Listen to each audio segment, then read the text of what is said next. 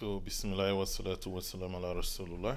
So, we are welcome to the edition of the lecture series. So, where we are going to be looking into the next topic on the agenda. As we promised in the previous video, so we are going to look into running your first machine learning experiment in Weka. So, in the previous video, we took ourselves through installation of Weka. We introduced ourselves to Weka environment and some of the functionalities that are available.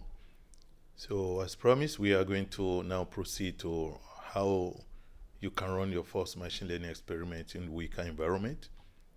So since you already got your Weka installed, as we discussed in the previous video, so you get your Weka, launch your Weka. So you can search and then you can launch your Weka. So you get the Weka is getting things ready for you. Now it is done, so you can get, like I explained in the previous video, it's always going to tell you this, except you click do not show this message.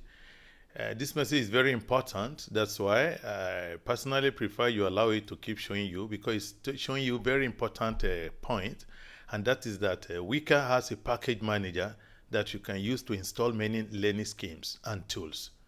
So the package manager can be found under the tools menu. See, I described how to make use of this package manager in the previous video. So it's very, very important. So there are some functionality that are just being released. This is from this package manager. You can get them into your already installed Weka. So that's why it's very, very important. So you can leave it to keep reminding you so that in case you need anything, you can easily get that. Now, let's get to work now. So this is your Weka main GUI. So you need to launch the Explorer. So once you launch the Explorer, as usual, now we can see the Explorer here. So we discussed this Explorer in detail. So in the previous video, basic of this Explorer, the functionality being provided. So now today our target is we want to see how can you run your first machine learning experiment in Weka. So this is our target for the day. So how can you achieve this? Now to do this, the starting point after launching Weka, so you start the Weka Explorer.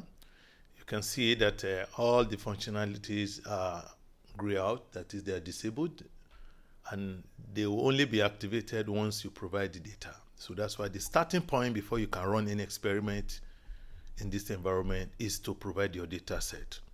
So, and I made mention in the previous video, there are 4 ways you can open it directly from the system here. You can by providing a URL, that is, you have a particular URL and an internet access that contains the data set. You provide that particular URL, it will go there and open your data. We can open from database, and also you can generate a kind of artificial data. Now, so we are going to open the ready-made data that has been provided for us during the installation. Once you install Weka, you have some sample data set that are usually provided with the installation of Weka. So you are going to have them on the program file location on your C, depending on where you install your application, Weka application. So now let's open the file. So we want to deal with diabetes data set. So we're going to use these functionalities, open file. So you click on open file. So you locate where is my C. I think my system, Weka has been installed on C. You can see here window. So you can see program file. I think Weka is 64-bit. For files that are 86, this is where you're going to have them. So those are the 32-bit file. They will be here. But the 64-bit file are located here. Weka is 64-bit. The one we install is 64-bit. So if you install 32-bit OS, then maybe you'll be locating it here or thereabout. Now once you click the program file, you can see Weka is here. So you need to double click Weka. You can then see these are some of the folder that came with the installer. So this is where you have the free data set that came with it so that you can practice with it. We have airline data set, breast cancer data set, CPU, each of these data sets. You can explore them. But today we are starting with diabetes. Diabetes is a very common disease among people these days. So we want to look at diabetes data. So because it's a medical issue that concerns a lot of everybody. If anyone is not suffering from it, at least he knows somebody, maybe a neighbor or somebody close by that might be suffering from this. And one of the established facts about diabetes and other chronic diseases is that if you can detect it at very early stage, then it can go a long way to make it possible to cure or at least prevent complication if the treatment can be started as early as possible. So we are going for diabetes data set. So you click that data set, diabetes.arff. You can see the data set provided here all in ARFF. Usually you can also have CSV. You can have CSV, it's very common, but there's no free data set for CSV, so we go with the ARFF. .arff, that is the format for Weka. But however, I'm going to demonstrate later how you can bring your own data set from Excel file. So in case you have your data set in Excel file, you can also make use of it. Now let's go ahead with diabetes data. Let's open. Now, once you open the diabetes data set, you're here. You can see the attributes. You can see the attributes. This is the first attribute, second attribute, up to the 8th attribute. The 9th attribute here is the output variable, which is the class we want to predict. If you click it, you can see this is the summary. See, you have tested negative, 500 people tested negative in that data set, while 268 people are tested positive. That is the diabetes patient. You can visualize it here. You can see the class distribution. This is a binary classification problem that we have two classes. Either it's diabetes or it's not diabetes. Now, so this data is referred to as the PIMA diabetes data set with 768 instances. So, which are divided into two, 500 for those that are tested negative and 268 for those that are tested positive, that is the suffering from diabetes. So once the data is loaded successfully, you can then, the other functionality automatically becomes very visible. You can see, we can classify, we can cluster, we can associate, we can select attribute, we can visualize, and all others. Now, so we are going to now go here. So like I told you in the previous video, we want to start with supervised learning, which is either classification or regression. But this data set is dealing with a classification problem. We want to classify if somebody is diabetes or not based on these attributes that we have. Now, so you click the classifier. So the first thing you can do here is you try to select what is the algorithm that I want to use for my classification. What is the algorithm that I want to use? So you decide, okay, the default that has been selected is known as 0R. It's one of the rule-based algorithms. We'll discuss them later. As I mentioned in our previous video, I would like to try to start with what a group of algorithms that we call lazy algorithms, because they're very straightforward.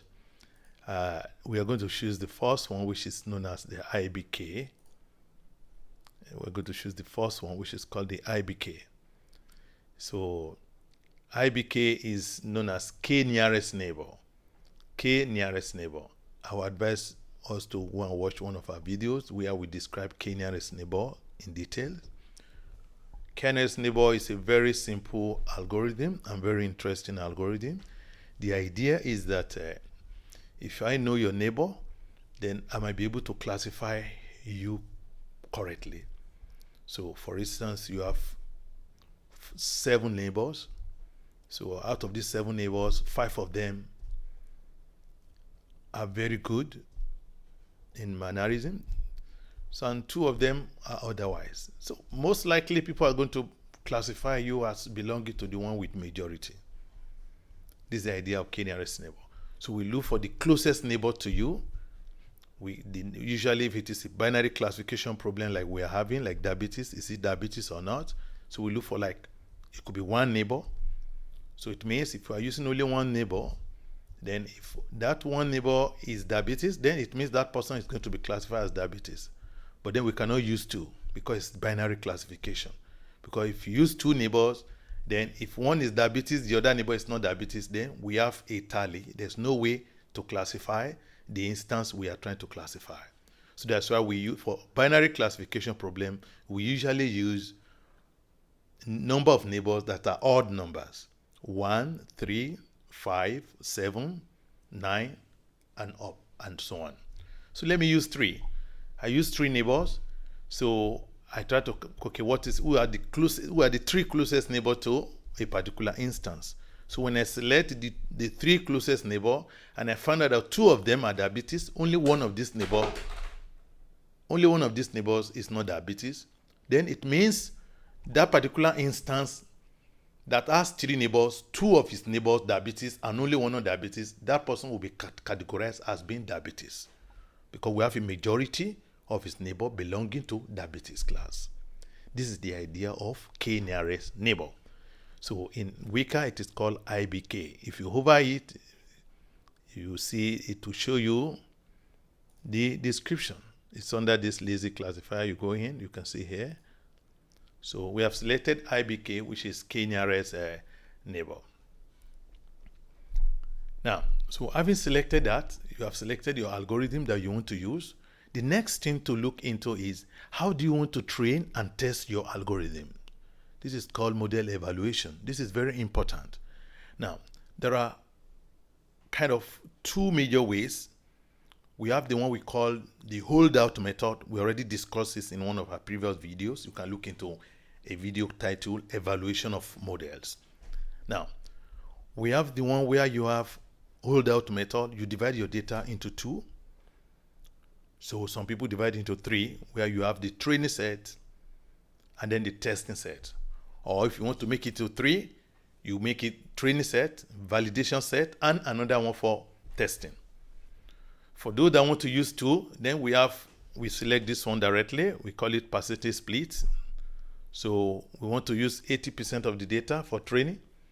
So the remaining 20% is going to be for testing. However, some people sometimes they want to use 3. So they divide the data into 70% for training, 15% for validation, another 15% for testing, making 100%. So these 2, they are possible. So if you want to go for the 3, then in that case, you can use this option. You first of all supply the 70% for training, which is the one you are going to load it here, 70% of the data. After the training, you say use the training set. So to use the data you already uploaded, which is 70% of your data, that means you have divided the data manually by yourself. So after that, you can say supply testing set. So you supply your first validation set, it will show you the result. Then again, you choose it again, supply validation set, and then you supply the final test set. So you can use this, and this when you are using holdout method. However, the second type of model evaluation is known as the cross-validation. In the cross-validation, we already also discussed that, so we can check up that video where we discuss cross-validation methods. It's a very interesting means of evaluating models. We can look at it, we can check it out. And then there you are going to divide the data. If I'm going to use cross-validation method, then I'm going to use, let's say, 10. It means I will divide the data into 10 portions. Each of the portion, I will divide into 10 portions. At the beginning, I'll take the first 9 portions will be used for training, and the 10th portion will be used for testing or validation. Then I bring back that one. I select another 9 portions. the 10th portion that was used for testing will become part of the training this time around. And I remove the 9th portion now to be the testing set or the validation set, as the case may be. In the 3rd time now, I'm going to return the 9th portion to become part of the training set again, and I'll take the 8th portion to become the testing set. So I keep doing that until all the 10 portions are used as testing or validation sets, one after the other. That is the idea of cross-validation. So we just recommended that, okay, we check up this video on cross-validation method, how it works. Now, so in this case, we are going to try the two. So let's try with percentage split. So running your first, don't forget we are discussing running your first machine learning experiment in Weka. So let's say we want to select, we want to use percentage split, which is holdout method. Holdout method. So we decide to go for 80%. It could be any percentage, it could be 70% training, but usually it is good to have majority of the data should be used for training, because it's good to expose your algorithm to as much data as possible during the training process, so that the algorithm will have the opportunity to learn the hidden patterns that are kind of embedded in the data set. Otherwise, you may have poor model. So I'm a fan of getting to 80% for training. So once you select the 80 for training, automatically the system will take 80% of the data we have entered here, the data set we have here. It will take 80% of them, of course randomly, to make sure that both the one tested negative, tested positive, they are both represented almost equally in the training and testing set. So once I've selected the mode of evaluation, I've selected my algorithm, which is selected to be IBK, k-nearest neighbor. Now I'm set to go. So the next thing now is to click start. Once you click start, and by the way, don't forget, you need to select which class, what attribute you want to predict. I explained this in our previous video also, and I told us that once you are entering your data, make sure that the last column here, the last column in your Excel file is the predictor, is the output file, output variable. So this is the class that you want to predict. So in that case, Weka will automatically take it as the default. However, sometimes maybe your data came in a different way. The first on the column is actually the class you want to predict. So you don't forget to make sure that you set, this is the class to be predicted. You have to set it manually here. Okay, this is what I want to predict, please. You see? So the attribute preg is what I want to predict.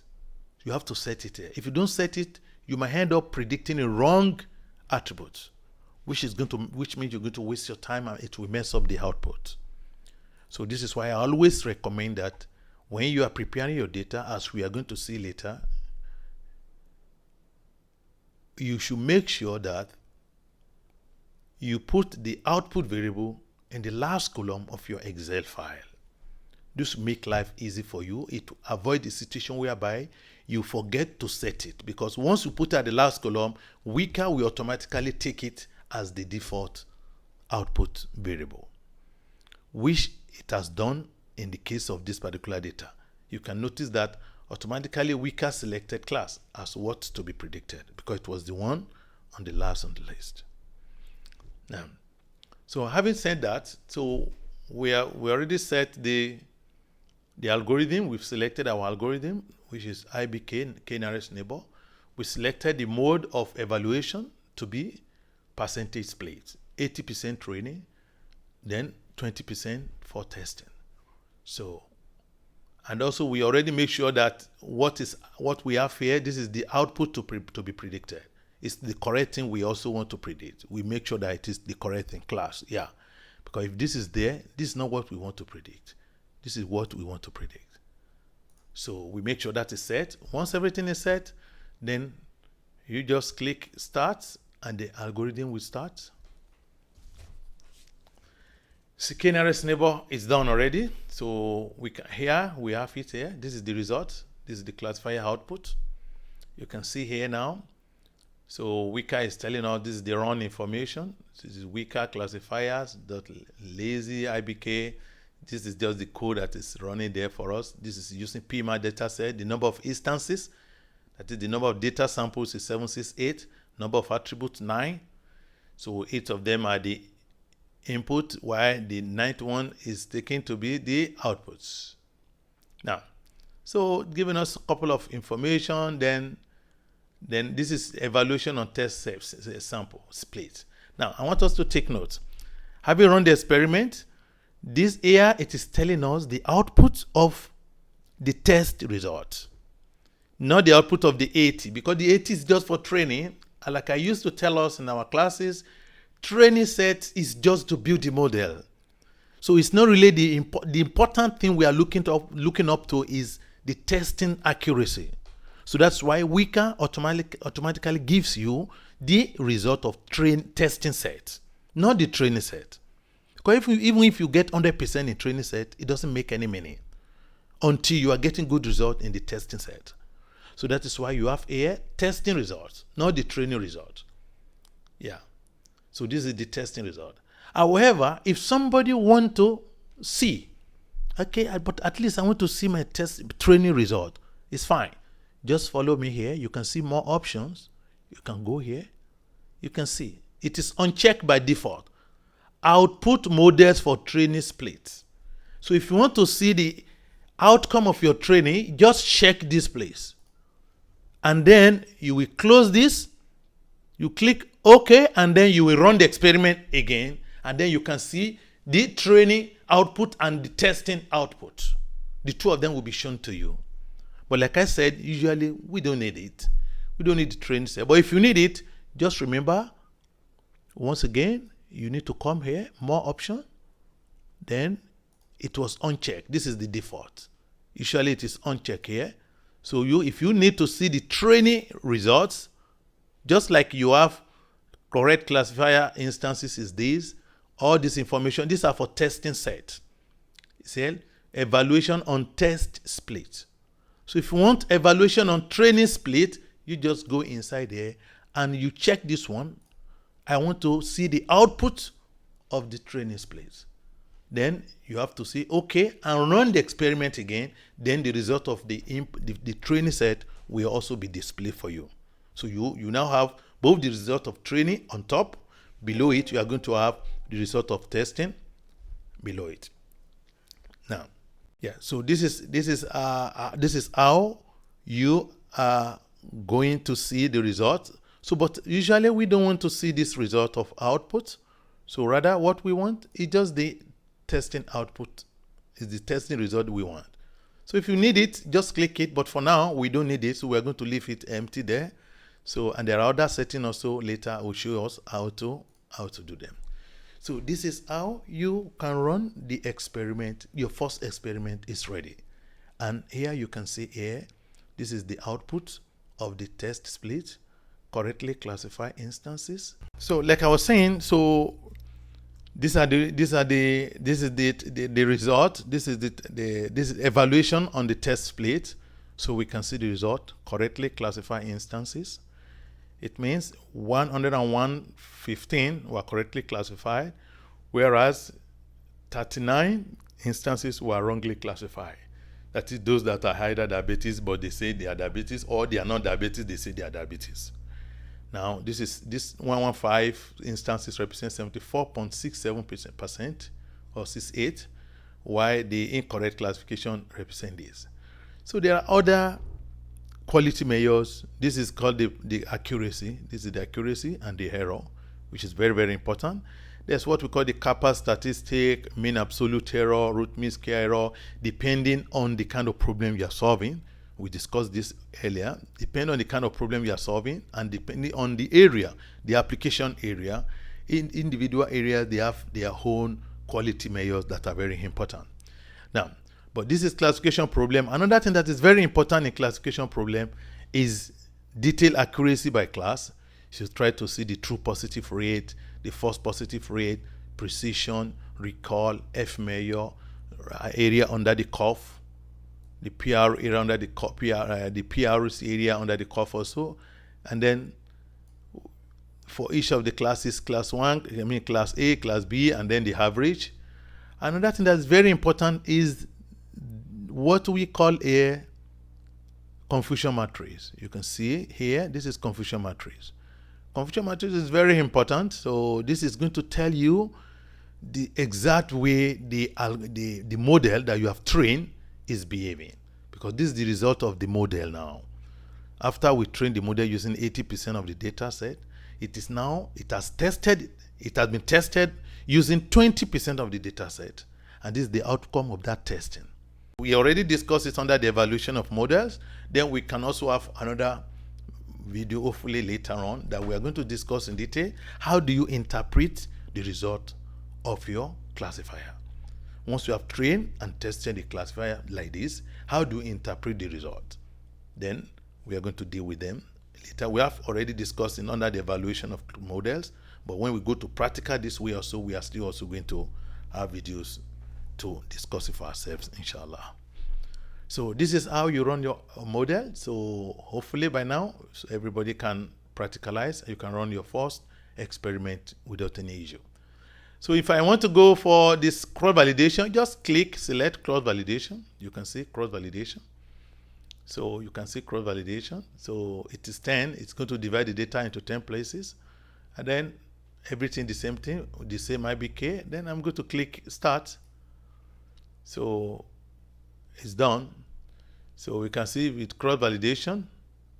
So the information is there, the result, time taken to build the model. This is stratified cross validation. You can see it's not, you can say that it is not telling us that this is the result of testing split. No, it is stratified cross validation. The stratify means that during the division of data into 10 places, we make sure that in each of the 10 portions, the number of diabetes or non-diabetes are almost equally represented. So kindly refer to our previous video on cross-validation, how cross-validation works. So it's not a test set, because I told you that every split is going to be used as testing set at least every one time each. So when you divide your data into 10 portions, that's why we call it 10 folds. So every fold, you are going to use fold 1 as a validation set or testing set.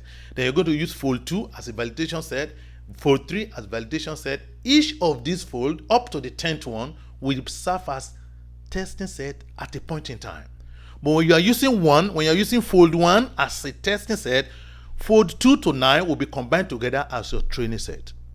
When you are using fold 2 as the testing set, fold 1 plus fold 3 to fold 10 will be used as training set. This is the idea of cross validation, and usually it is recommended if your data set is very few. When you have very few samples, one of the best idea is to go for cross validation, and I hope the idea is clear. So here is the result of cross validation on the same data set. You can see, of course, the result is different a little bit. The previous one was having 74 point something, I think. Why this is having 70 point something. So there are so many other things you can get up, but then this is just to introduce you to how to run the first experiment in machine learning in Weka. So you can see here, this is the same thing we discussed before, the accuracy. Also you have the cross validation here. You have the confusion matrix here. So this is it. And if you want to divide it into 3, so you can then start use the training set, supply the testing set, which means you have to divide the data manually by yourself. Divide 70%, put it in a file, load it first, use it for training. After the training, supply the first one 15% for testing, supply the third one again as validation set or testing set. So this is how you run machine learning models in Weka environment. So now the question will come to mind is, for both cross validation and percentage split, we can see we are having, if you click here, this the result of this one. You can still see it here. You can see, you can navigate. This is the cross validation. This is the result. This is the first one I run, which is the percentage place. So I can see the result without running again. So you can see this one is 74.67, while this one is 70%. Either of them, we still have a long way to go. You can see the accuracy is still low. This is medical application. We want to predict if somebody is having diabetes or not. So we are not satisfied with 74% accuracy. We want it to be more accurate. So what can we do? So that's what we are going to treat next time when we're going to discuss in one of our videos. How can we improve the accuracy? One way to improve the accuracy is to do what we call parameter tuning. We need to tune the parameter of our algorithm. We just loaded this algorithm, this IBK, and we started using it. Now, how many neighbors are we using? So if I click this place now, you can see this is number of nearest neighbor. The number of nearest neighbor is 1. So we are using default value to do the classification. It means this algorithm is working by looking at my closest neighbor, only one of them. If that closest neighbor of mine is diabetes, then it will classify me as diabetes. If my closest neighbor is non-diabetes, it will classify me as non-diabetes. And sometimes using only one, maybe it's not the optimal value to use. Why don't we try 3? Why don't we try 5? What of 7? What of 9? What of 11?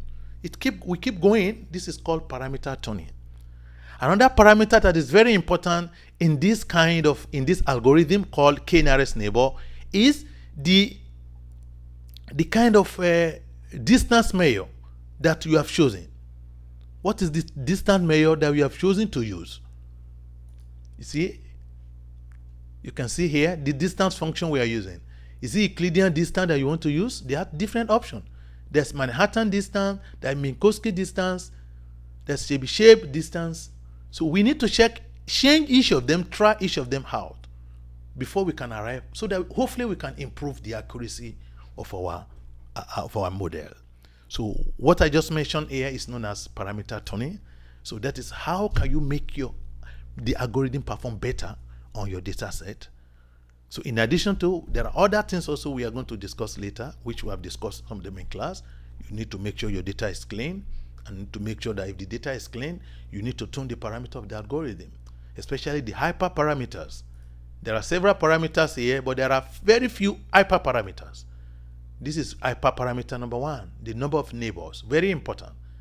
Another one is the kind of algorithm that you are going to use, the distance measure that you are going to use when you are searching for the neighbor. Is it Euclidean distance that you want to? Is it Euclidean distance that you want to use? Are you looking for Euclidean distance, or you are looking for Manhattan distance, or Minkowski distance, or any other new type of distance measure? Because this will also go a long way to determine how accurate your model might be. So number of decimal places, these are just parameters, but they are not important parameters. But parameters that can affect the performance of your models, these are known as hyperparameters. So we are going to discuss this, inshallah, in our next videos. So we're going to be talking about parameter tuning as we have itemized. So after running your first machine learning experiment in Weka, so we are also going to, maybe one of our first video will be how can you also prepare your own data using Excel. I would like to expose us to this, as some of us might be using Excel. So I'm going to demonstrate that. Also how you can run your first machine learning experiment using Excel, by loading data from Excel. And also after that, we will look into how can you do tuning of parameter tuning of common machine learning algorithms. How can you tune the parameters? Because this is very, very important. Tuning parameter can really go a long way to improve the accuracy of your model. So these are some of the things that we hope to look into as we proceed by the grace of God. So till then, so let's be on the lookout for the next video that we're going to move on to. Advisors, let us practicalize some of this example, go through it, try to launch your whole program for the first time, try to run your own experiment in Weka environment and see how far you can go. So, and then if there's any comment, keep it coming. So, and wish you all the best. Thank you very much, and have a very nice time see you and meet you in the next video of us. Thank you.